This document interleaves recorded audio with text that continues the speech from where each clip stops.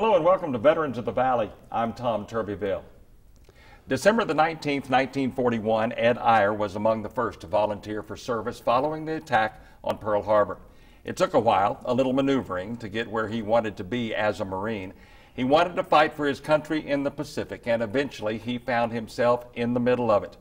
A member of the 5th Marine Division, 28th Regimental Weapons Company, charging the sands on D-Day at Iwo Jima, February the 19th, 1945.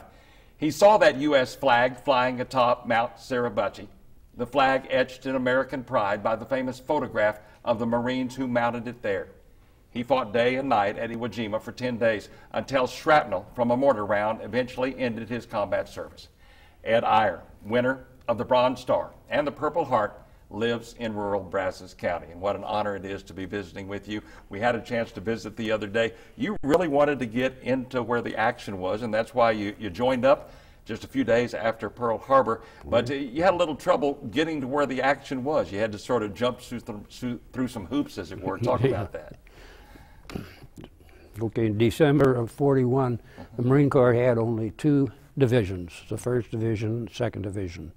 And after I finished boot camp, I went to a nearby camp there at Camp Elliott, north of San Diego, and to form the 3rd Division, right, which made some sense. So we trained there until July, and at that point they decided that they needed a 4th Division, so they took half of us, sent us to the East Coast, and I got the chance now to do the same thing in the 4th Division, which was acting as a rifleman, BAR man, mortarman, whatever the duty was I might have had at that time. And at that point, my friend and I decided that we wanted to get into action. The best way we thought we could was to go and volunteer for the parachute regiment, right, which we did. We went through our training in North Carolina, got our wings, and was sent right to New Caledonia. Right. For more training. For more training. For more training. More training. And it was about this time that it was really frustrating, because I think you said the 3rd and the 4th sort of went by you. And they were over at the Pacific, and you were still training, right? Yes, they got into action before we did, and we finally left New Caledonia, went up in the Solomons to Vella La Vella, which is a small island there. Mm-hmm. And then from that point, we were used as just infantry on Bougainville. We never did make a combat jump. Right. At all, because of the terrain in the South Pacific. So we went on to Bougainville. Talk more about your service there in Bougainville, because this was really your first tour of the Pacific, and this was the first time that you actually saw combat action, although it was on the ground. This was the Northern Solomon Islands, part of the Pacific campaign. Talk about what your job was there. Well, as we landed, we were about 4 days behind the initial landing, the 1st Marine Parachute Regiment, and we received the assignment to go up through the lines and to secure a hill called 1,000, right, being 1,000 feet above sea level. And our job was to take that because it was the commanding ground, could oversee the entire Torquay River Basin, which is the place on Bougainville that they wanted to put a fighter strip and a bomber strip. So our job was to get up there on the hill and hold it. And we saw some action up there with the Japanese, or the enemy, I'll call them, trying to take it back. And we were there on the hill for about 7 days, and then were relieved, taken back, and sent back to Guadalcanal. This was around 1943, I believe you said that it was, and yes, eventually the Marines disbanded all of these troops, and you went back home for a while, I guess, to wait for your next assignment. Correct. The Marine Corps at that time disbanded the Parachute Regiment, the Raiders, and several other special units that we had. We were all sent back to the United States and given furlough. Went back to Camp Pendleton and got to organize the 5th Marine Division. And so you said one time that if you ever had a reunion, you'd be pretty busy, because you were a member of just about all of them. I can go to all 3 of them. But the 5th Division, this is where you pretty much earned your stripes, as it were, was in the 5th Division. Right, trained at Camp Pendleton, is that right? Yes. And you were in the Regimental Weapons Company. Explain a little bit more about what the purpose and what the job was of that particular company of the 5th Division. It was the regimental company as a support for the other companies, as the infantry companies, as they would make an advance to have an objective, and if they needed some heavier firepower than they had, they would call on regimental weapons. Right. Our weapons were 37 millimeter anti-tank gun and half-tracks. The Right. half-tracks mounted a 75 millimeter cannon. Right. And that's the purpose of the Regimental Weapons Company, is to be a support group as needed, move to different units as they needed to support. Right. You were initially a rifleman, though, right? And well, every Marine is a rifleman. Right. That's the first. You go through boot camp and you come out of there a rifleman, trained to be a rifleman. So even if you go to Cooks and Baker School or get into intelligence or supply, you're still basically a rifleman. You can take that rifle and you know what to do with it. Indeed. But you eventually moved to 60 mortars. Yes. But your first, I want to go back to the rifle. You said your first rifle was pretty much a relic, wasn't it? Well, That they assigned you? it's what we had. It was a 1903 Springfield, the 30-06, a bolt action, nice weapon. Did a good job. It predated the M1, though. So Yes, that absolutely. Was, yeah. that was. The 28th Marine Regimental Weapons Company. That's what you were a member of. Now Yes. let's, your next assignment, you moved back to the Pacific and you made your way eventually to Iwo Jima. Talk about sort of the trip there and getting there and the preparation, your mind preparation and physical preparation to go to battle at Iwo Jima. The 5th Marine Division was sent to Hawaii, Camp Tarawa, on the northern end of the Big Island, to train. And of course, all the infantry people had their training and regimental weapons. We did our training separately. And then we would advance to the problems, as they call them, as a company or battalion would go out and set up a situation where they would call on us, and it would be up to us to see how we could support them. Indeed. Iwo Jima, it's obviously an island that has a lot of fame. There's been Hollywood movies made about it. Talk a little bit about what the importance was of this island. I know that its geography was one of the main reasons that it was so important to the American effort in the Pacific, just where it was located between Japan and the bomber bases, right? Yes, correct. The Iwo is about 750 miles, rough figure, from Japan. And our bombers were leaving the Marianas, Saipan, and it was quite a long trip for them. And they would bomb Japan, and of course they were subject to mechanical problems. They were subject to enemy fighters, anti-aircraft fire, and just running short of fuel. And so we were losing B-29s and their crews trying to get back to their base. Iwo was a perfect spot for that. It was a flat island. The Japanese, our enemy already had some strips prepared for landing there, so it seemed to be a logical choice for us, because that way we could station our fighters to join with the bombers going to Japan and give them air cover, and it was also a place where the bombers could land if they needed to make an unscheduled landing. Right, and there were plenty of those, as we'll mention in a minute. But so essentially, it was a sanctuary for bombers that were crippled, that needed refueling, because the bombers simply did not have the range that it took to get from the Marianas to the Japanese island. Well, essentially they did in a perfect world, Right. But if you got a headwind or something that's going to change the fuel consumption, then he's going to run short of fuel. So this is why Iwo Jima was so important. But the Japanese had many, many years to prepare that particular island for whatever it took to defend it. So it was, they were pretty intent on keeping it also. Absolutely. And yes, they had, in my recollection, about 20 years that they were had their forces stationed there. So they had a good chance to dig in, create caves, do all the things necessary to make a good defensive position. We're going to see a photograph of one of those caves in a little bit. Let's talk about D-Day, February the 19th, 1945. What do you remember about that day and how it developed as you all hit the beach? Well, it wasn't much to look at as you looked over the front of the LCVP, the landing craft that we were in, because it was just a very flat island, didn't rise up out of the water more than, seemed like about 10 or 12 feet, no trees whatsoever, big mountain on the, it turned out to be a volcano on the left, and so we just wondered why we had to have this piece of real estate, but it turned out we did, and we did. A lot of the bombing that had happened before you all ever got there had really pretty much destroyed any vegetation there was there. So once you got there, there was really nowhere to hide. Your only recourse was pretty much frontal assault, and there weren't many trees and things like that to hide behind. Not right? a one, not a one on the south end of the island. Toward the north end, they had more gullies and little better cover, but certainly not adequate. But there were no trees, hedgerows, or anything like that that you could use for cover. Right.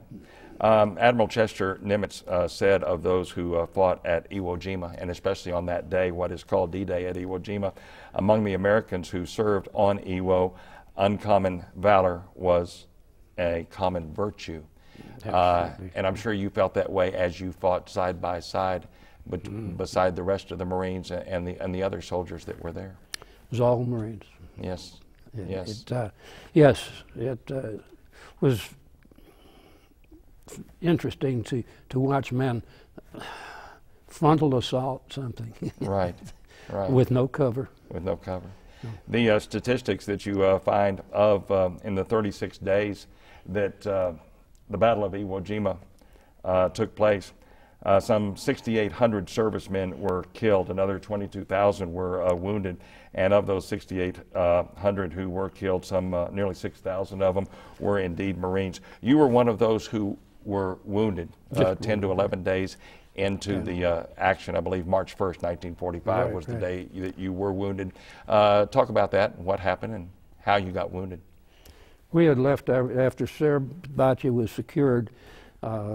To everybody's satisfaction, the 28th Marines turned north and joined the rest of the 5th Marine Division, which was the 26th and the 27th Marines, and we being the 28th, joined them. We were alongside of other divisions, the 3rd Marine Division and the 4th Marine Division. It was a front line, and we were moving up to fill in there when our convoy got stopped because of shell fire, and I saw some folks that I knew in a mortar position a little bit to my right, so I went over to talk to them while we were waiting to move on, and that's why I know it was a mortar shell, because we were in defilade.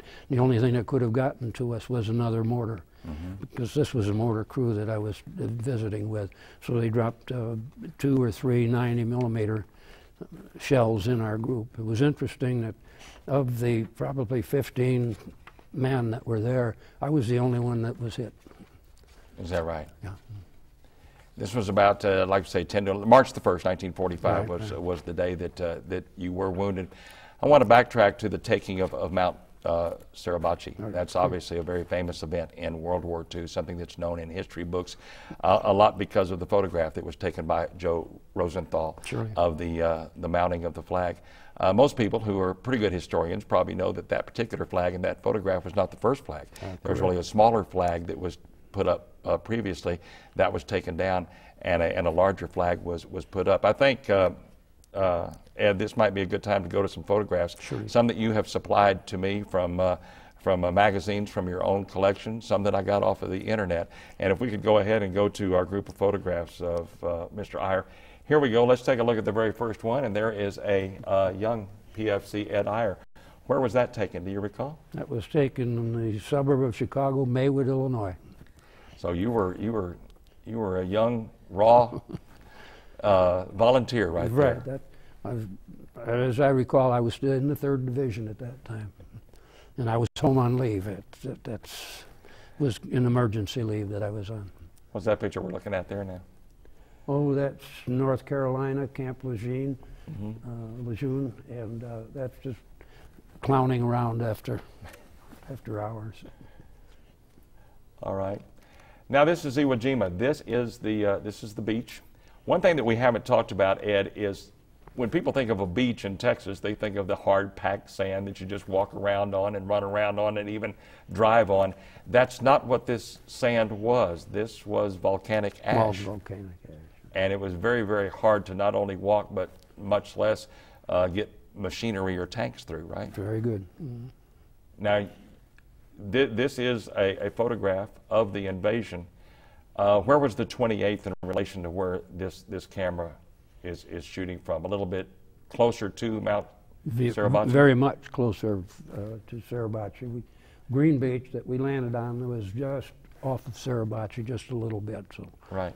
I wanted to show this photograph because this was taken in 1995, similar to the photograph that we just saw. As a matter of fact, it's the same beach, but you can see what it looked like 60 years later, from 1945, or actually 50 years later, 1945 to that picture was taken in 1995. So you can see it's changed quite a bit. There's a lot more green there than there was in 1945. The green flag that you see there marks Green Beach. Right. So that is Mount Suribachi where that photograph was taken. What are we looking at here? This is a photograph of a 37 millimeter gun crew in action firing into the pillboxes at the base of Suribachi. So while this is not necessarily your crew, this could have been your crew because this is pretty much a depiction of what your job was. It's definitely one of the guns that was in Regimental Weapons Company. Right. It just was not the one that I was on. Now we're going to go back to 1995 with the next picture and show you a close-up picture of that particular gun so people can get an idea of exactly the assault weapon that you were using. Right. And I can see there what you said. It didn't have that much of a range to where it couldn't shoot very high. Yeah, the elevation was limited on it, right. Indeed. So that's the 37.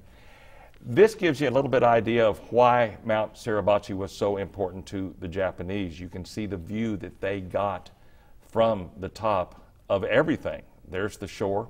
That's pretty much at the top looking back at the shore. So a pretty incredible view there. Okay, let's move on. Talk about this is the B-29, and this was the very first landing of the B-29 at Iwo Jima. This was quite an event, and you recall this, right? Yes. As a matter of fact, that plane landed before the island was secured. There was still fighting going on in the north end when that plane landed. I think that particular plane was landing on its way back to the Marianas. Right. And it pretty much just showed a support of the Marines of what they'd done and what they were fighting for, and the ability of the B-29s to land on that island. As a matter of fact, if we can stay on that picture for just a second, I want to say that they estimate that in all 2,400 B-29s landed unscheduled on Iwo Jima, and that represents some 27,000 crewmen who otherwise might have been lost had Iwo Jima not been secured by the Marines. So you can see right there, so that was quite a celebration day. This is, back to 1995, this is one of the caves that you talked about that the Japanese really hid in to get out of the way of the assault, right? Sure, the pre-invasion bombardment, right. So you can see this is what one of the caves were. I think we've got, may have some other photographs coming up here in just a little bit. I want to talk about that a little bit more. Your job was to go into the pillboxes, as far as to shoot into the pillboxes, right. And to try to rouse them out. But we talked about that they had 20 years of ability to build these caves, so they were able to sort of go down in these caves while they were being bombed, and they just pop right up again. Absolutely. Yeah. Talk a little bit more about that. There was a little sort of a frustration involved in what you were doing, and it wasn't as effective immediately as you wanted it to be. Is that right? Oh, true. As the infantry would advance, and some of the days what you could say was taken was measured in yards, that you could be sure of that you owned it. If you, and of course, on the initial stages, the infantry companies would charge on through there, attack the pillboxes. Our enemy would either be annihilated or he would hide out. And then once the lead companies got up further, doing the same thing, they would come back in. So you were never absolutely sure of where you were until days went by and you routed them out, and or they were flamethrower one thing or another after the cave so that they couldn't be used again. Indeed, indeed. I'm wondering if we have some more pictures, we'll go ahead and put them up there, because there were some other photographs that we were planning on having, but I don't believe we have those. But they were photographs actually of the raising of the flag at Mount Suribachi. You didn't actually see the raising of that flag, no. but you did see the flag that while it was up there. Is that yes, right? Shortly after the flag, now I don't know if it was the first one or second one, went up, all of the ships that were laying off shore started tooting and and making noise. So in looking around, I was within eyesight of the top of the mountain. Yes. Because that's where our gun was, and I could see the flag, and it was quite a sight. Indeed. For your action on February the 19th, 1945, you won a Bronze Star. Correct. Yeah. Let's go back to that day a little bit more, and sort of what your job was, and what you feel that you did, your entire unit did, that you earned the Bronze Star on that day. Well, our job certainly was to get the guns in action as fast as we possibly could, and help cover their advance on the pillboxes by putting fire into the apertures and keeping the enemy from returning fire as much as we could. Now we're talking about numbers of pillboxes. We're not talking one, two. We're talking many. Right. So as we did that, we helped the infantry considerably by keeping the enemy's head down, so to speak. But our guns were mounted, because of the sand, they were mounted on short little cargo vehicles called a weasel. And we made a frame, set the gun up on top of it, and they were in the LCBPs with us. They went out first, and their job was to get that gun up as far as they could. I see. And as we hit the beach and laid at that first parapet that shows up, I could see, well, there was just a great amount of mortar fire, artillery fire, and so it just seemed not logical to stay on the beach when my job was to get that gun that I could see up there, get it in action. So my friend and I took off, and we managed to get the gun in action very quickly and support the infantry. I'd like, if I can, to read part of the citation that was given to you for thus the awarding of the Bronze Star Medal. It says, despite a heavy concentration of artillery, mortars, and machine gun fire, which were falling around him, Private First Class Eyre, although fully exposed and unmindful of personal peril, ran back and forth between his ammunition supplies and the gun crew supplying the weapon at a time when its support was critically needed by the assaulting infantry. When other members of the crew were wounded, he redoubled his efforts, serving in the capacity of gunner in addition to maintaining the supply of ammunition. As a result of his aggressive initiative, his gun remained in action despite casualties and provided material support to the infantry in establishing and maintaining the beachhead. He gained his battle experience at Vella La Vella and Bougainville. Private First Class Eyre's outstanding actions and aggressive determination were in keeping with the highest traditions of the United States Naval Service. Of course, this was T.E. Bork signed this, Major General, U.S. Marine Corps of the 5th Marine Division. Obviously, it's a medal that you're very proud of. Very proud. Yes, very sir. proud. You did. And you also won the Purple Heart. Of course, that Purple Heart was given because of your wounds. Right. That's right. You were wounded, and you didn't really get to go back into action. I think you said that they sent you to Guam to recover, but by that time the war was winding down. Is that right? Winding down, yes. And so it was winding down. Had you had your druthers, you would have liked to have gone back. I wanted to go back, yes. But you weren't able to. It was winding down, and you were still recovering. Yes. Indeed. You came back to the United States. Right. And talk about what you did after you got back to the United States and sort of the end of your service. I was transferred to Great Lakes Naval Training Center as in a casual company, and we just did odd jobs there because, again, the war was winding down and the atomic bomb had been dropped, and the European theater was quiet. They had surrendered. And then finally the Japanese surrendered, and there was no more war to fight. There was no more war to fight. And you went on, I believe you, among your jobs in your retirement, you were a salesman for a while, is that right? A salesman. I worked also for the Veterans Administration as a contact representative dealing with the veterans and their benefits and with the VA. Right, right.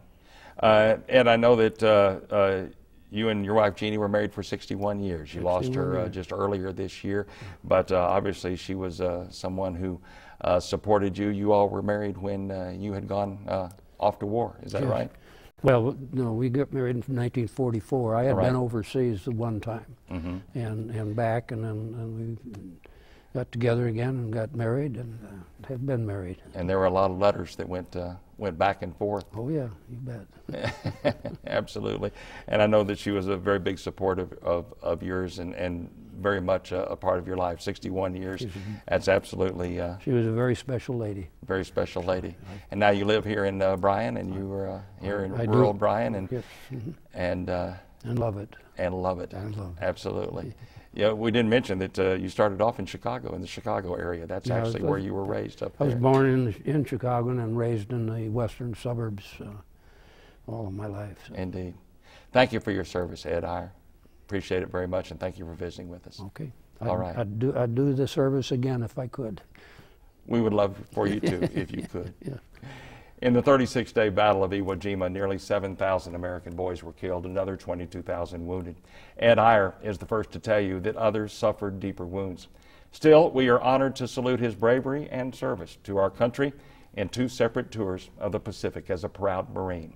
Semper Fi, Ed Eyre. Thanks to our underwriter, too, First National Bank. Join us next time. I'm Tom Turbyville. This is Veterans of the Valley.